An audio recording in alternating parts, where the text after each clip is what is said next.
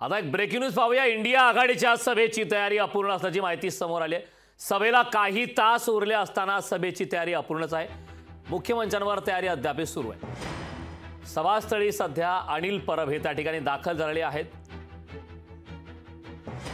भीमटोला आहे परिवर्तनाचा आणि आज सगळे नेते महाविकास आघाडीचे एकत्र येऊन हे सरकार का जाणं गरजेचं आहे हे इतके दिवस तर सांगतातच आहेत, पण हा जो शेवटचा मेसेज द्यायचा असतो तो आजच्या सभेतनं जाईल।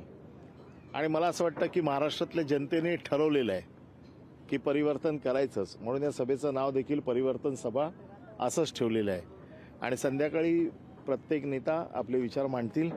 महाराष्ट्रातले सगळे अनेक लोक ही सभा ऐकायला येत आहेत आणि मला असं वाटतं की या सभेमुळे ज्या काठावर असलेल्या मतदारांच्या मतांवरती मोठा परिणाम होईल आणि ती मतं देखील आम्हाला महाविकास आघाडीला मिळतील असा आमचा विश्वास आहे। सातत्यानं आपण टीका केली, ईडी असेल किंवा बाकीच्या सगळ्या गोष्टींचा यंत्रणांचा वापर भाजपकडनं केला गेला। ईडीचा कारवाईनंतर अरविंद केजरीवाल पहिल्यांदाच मुंबईत येत आहेत, या व्यासपीठावर ते बोलणार आहेत, त्यांच्या उपस्थितीत ते तर त्यांचा अनुभव सांगतील की कशा पद्धतीने त्यांना चुकीच्या केसमध्ये अटक केलंय आणि कशा पद्धतीने या सगळ्या यंत्रणांचा वापर केलाय हे आज त्यांच्या तोंडीच आपण ऐकावं असं आम्हाला वाटतं। उद्धव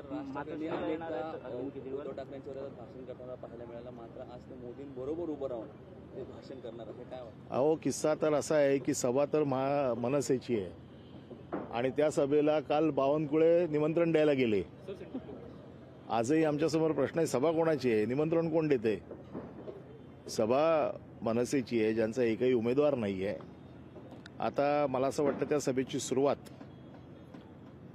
जे देवेंद्र फडणवीस राज ठाकरे यांच्याबद्दल बोलत होते ती क्लिप दाखवावी आणि त्या सभेला त्याने सुरुवात करावी असं मला वाटतंय।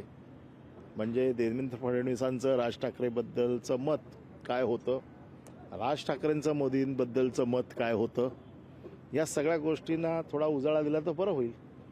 ममता, अखिलेश किंवा गांधी परिवारातला एखादा सदस्य या सभेला जर उपस्थित राहिला असता तर आणखीन जोरदार बघा, ही निवडणूक देशभर आहे, प्रत्येक जण आपापल्या निवडणुकांमध्ये बिझी आहे, त्याच्यामुळे सगळेच एका वेळेला येणं शक्य होत नाही।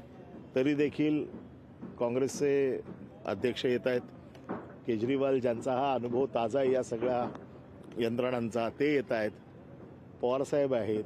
त्यामुळे मला असं वाटतं की जे प्रमुख लोक आहेत तिन्ही पक्षाचे, ते तिन्ही पक्षाचे प्रमुख लोक येत आहेत। काल राज ठाकरे यांनी एक पत्रक काढून आवाहन केलं आहे की काँग्रेसला यावेळी हद्दपार करून टाकावं। याचं कारण त्यांनी दिलं की वडेट्टीवार यांनी ज्या प्रकारे उज्ज्वल निकम यांच्यावर जे आरोप केले। लोकशाही मराठी ऐका, पहा, जागरूक रहा।